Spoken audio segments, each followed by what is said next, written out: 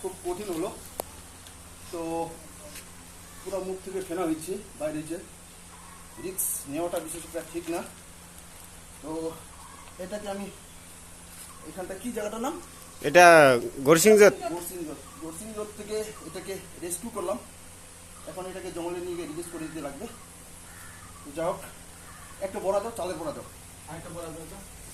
ধরার জন্য অনেক অনেক ধন্যবাদ।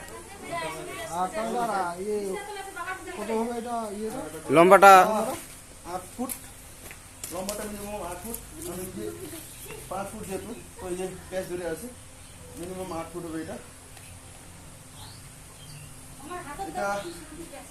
মাদা রাইস, এটা মাদা রাইস।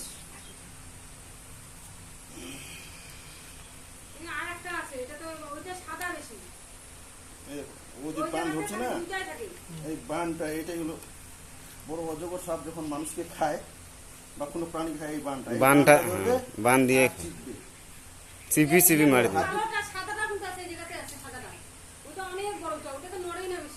চিপি চিপি মারি দিবে লোক।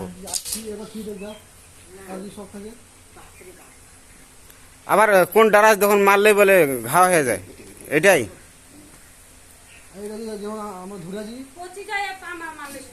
আমরা যেমন ধরেছি কিছু হবে। এটা শর্ট মারে না।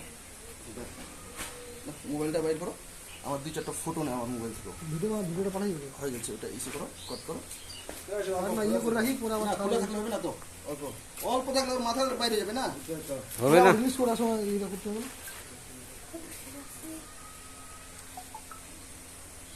0090। ও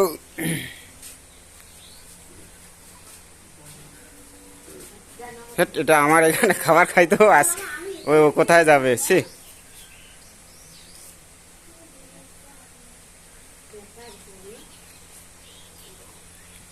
এ তো বহুত পুরনা হয়ে আছে।